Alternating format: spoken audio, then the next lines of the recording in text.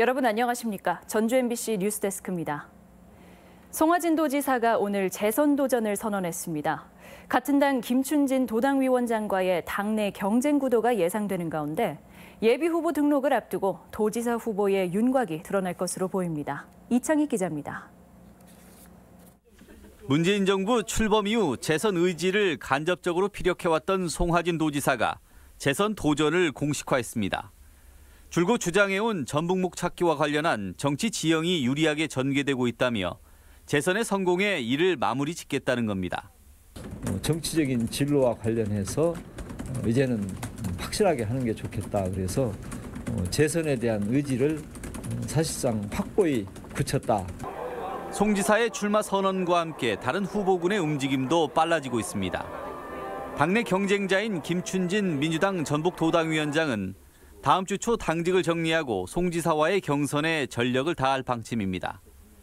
여전히 전북 1당의 지위를 유지하고 있는 민주평화당은 창당과 함께 선거 체제로 전환하고 당내 중진 가운데 도백 후보를 찾고 있습니다. 저희 당은 중진 의원들이 많이 계십니다. 중진 의원님들과 심도 있는 수기를 거쳐서 도민의 여망에 부응할 수 있는 그런 지사 후보를 내려고 하고 있습니다. 자유한국당은 지사와 전주 군산 익산에는 후보를 배출할 계획이지만 떠난 민심의 상황이 여의치 않는 모습입니다. 정의당은 권태웅 도당위원장이 도지사에 출마하기로 의견을 모았으며 오는 12일 중앙당 관계자들과 공식 출마를 선언할 방침입니다. 시도지사 예비 후보자 등록을 일주일 앞두고 각 당 후보들이 출마를 선언하거나 준비에 나서면서 지방선거 열기가 서서히 달아오르고 있습니다.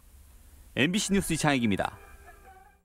내일 민주평화당 중앙당 창당을 앞둔 국민의당 통합 반대파 의원들이 속속 당을 빠져나오고 있습니다. 전북에서는 앞서 탈당한 유성엽, 김광수 의원에 이어 정동영, 조배수, 김종회 의원이 탈당계를 제출했으며 지방의원 수십 명도 탈당에 나서고 있습니다. 한편 국민의당 당적을 유지하고 있는 남원 이용호 의원은 민평당이 우선 고려 대상이지만 무소속도 고민하고 있다고 밝혔습니다.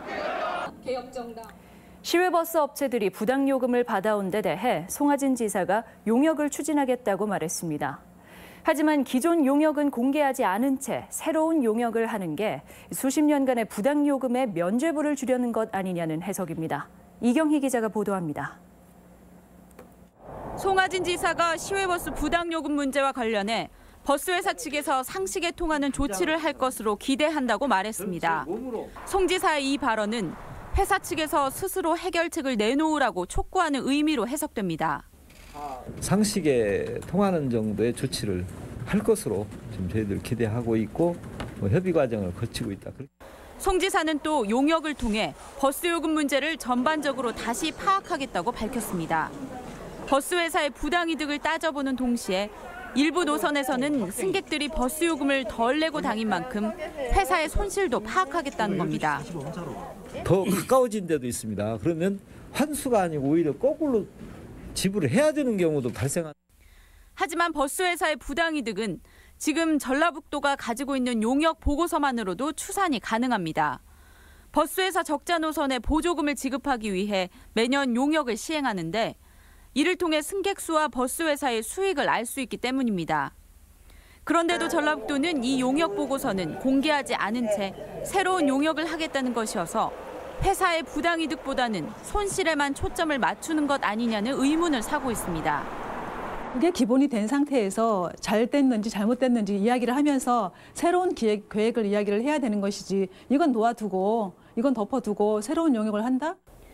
버스업계 역시 승객 피해는 나몰라라 하면서 오히려 요금을 올릴 곳이 많다며 적반하장식의 입장을 보이고 있는 상황.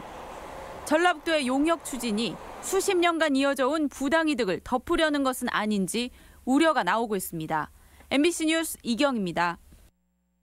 전북연구원에 근무하는 한 연구위원이 상급자로부터 상습적인 폭언과 인권 침해를 당했다고 주장해 파문이 일고 있습니다. 연구원 측은 논란이 불거지고 나서야 뒤늦게 진상조사에 나섰습니다. 김하연 기자입니다. 전북연구원 소속 조모 박사는 지난 2016년 입사 이래 수시로 상사의 폭언에 시달렸다고 주장했습니다. 업무 처리가 미숙하다며 그만두고 다른 부서에 지원해라. 너는 벼랑 끝에 있다. 밀어버리겠다 등의 폭언이 공개적인 자리에서도 계속됐다고 조 씨는 말합니다. 들어온 지 얼마 안 됐고 부하 직원이니까 당하는 게 당연한 거라고 생각을 하시는 건지. 해당 상급자가 서류를 집어던지거나 스테인플러로 책상을 내리쳐 고무가 분리되면서 얼굴을 맞는 일도 있었다는 게 조 씨의 주장. 조 씨는 최근 우울 진단을 받았습니다. 인간의 복지라든지 뭐 이런 것들, 행복 추구권 뭐 이런 거 얘기하면서 정작 내 인권이나 내 행복이 보장이 안 되는데. 조 씨의 주장에 대해 해당 간부는 사실이 왜곡되거나 과장된 부분이 많다며 명예훼손을 검토하겠다고 밝혔습니다. 왜곡도 많고 사실관계가 아닌 것도 있고 과장된 것도 있고 전반적인 내용은 조사위원회에서 얘기를 할 겁니다. 전북연구원 측은 문제가 불거지자 진상조사에 들어가겠다고 밝혔습니다. 하지만 연구원의 이 같은 태도는 뒤늦은 조치이자 문제를 방치했다는 지적까지 나옵니다. 당사자가 1년 가까이 수차례 문제 제기를 했고 최근에는 사내 고충처리위원회와 국가인권위에 진정까지 냈지만 연구원은 이렇다 할 답변이 없다가 이제서야 진상 파악에 나섰습니다. MBC 뉴스 김아연입니다. 북극발 냉기가 다시 기승을 부리면서 도민들의 불편이 이어지고 있습니다. 당분간은 아침 수온주가 영하 10도를 밑도는 한파가 이어지며 이번 주 중반이 돼서야 동장군의 기세가 누그러질 전망입니다. 한범수 기자의 보도입니다. 드넓은 갯벌 곳곳에 살얼음이 지면서 해안가가 온통 하얗게 변했습니다. 매서운 칼바람이 휩쓸고 간 하천은 수면이 꽁꽁 얼었습니다. 어선들은 얼음에 갇혀 옴짝달싹 못한 채 날이 풀리기만을 기다릴 뿐입니다. 며칠째 이어진 한파로 양식장 물이 모두 얼어붙으면서 지금은 운영이 불가능한 상태입니다. 동장군의 심술은 시내라고 예외가 아니었습니다. 변덕스러운 눈발에 칼바람까지 몰아치면서 시민들의 불편은 이만저만이 아닙니다. 암만 해도 들러 가는 게 저녁 되면 얼어버리잖아요, 지금 거예요, 눈이. 불편하죠, 추우니까. 얼른 겨울이 지났으면 좋겠다 싶어요, 진짜. 북극발 한파와 함께 서해안 지역에 최대 15cm의 눈이 내리면서 전라북도 지역에선 한낮 기온도 영상에 오르지 못해 종일 추위가 기승을 부렸습니다. 늦은 밤엔 전주와 익산 등 국내 10개 시군으로 한파특보가 확대될 예정인 가운데 아침 최저기온은 영하 16도에서 영하 10도에 머무를 것으로 보입니다. 전주기상지청은 이번 주 수요일 오후가 돼야 서쪽에서 따뜻한 공기가 불어오면서 동장군의 기세도 한풀 꺾이겠다고 전망했습니다. MBC 뉴스 한범수입니다. 지역 현안 관련 3대 법안이 이번 임시국회를 통과할지 주목됩니다. 전라북도는 현재 국회에 계류된 탄소소재법과 국민연금법, 새만금 특별법 등 지역 현안과 관련한 3대 법안 통과에 총력을 기울일 계획이라고 밝혔습니다. 3대 법안은 한국탄소진흥원과 연기금 전문대학원, 새만금 개발공사 등의 설립을 담고 있어 법안이 통과될 경우 탄소산업 육성과 혁신도시 금융타운 조성, 새만금 공공매립에 탄력이 붙을 전망입니다. 여야는 이틀 뒤 열리는 임시국회에서 시도의원 선거구 획정안을 처리하기로 했습니다. 여야 원내대표들은 광역의원 정수를 7일 처리하고 광역의원 연동형 비례대표제와 기초의원 중대선거구제 시행도 헌정특위가 추후 적극 협의하기로 했다고 밝혔습니다.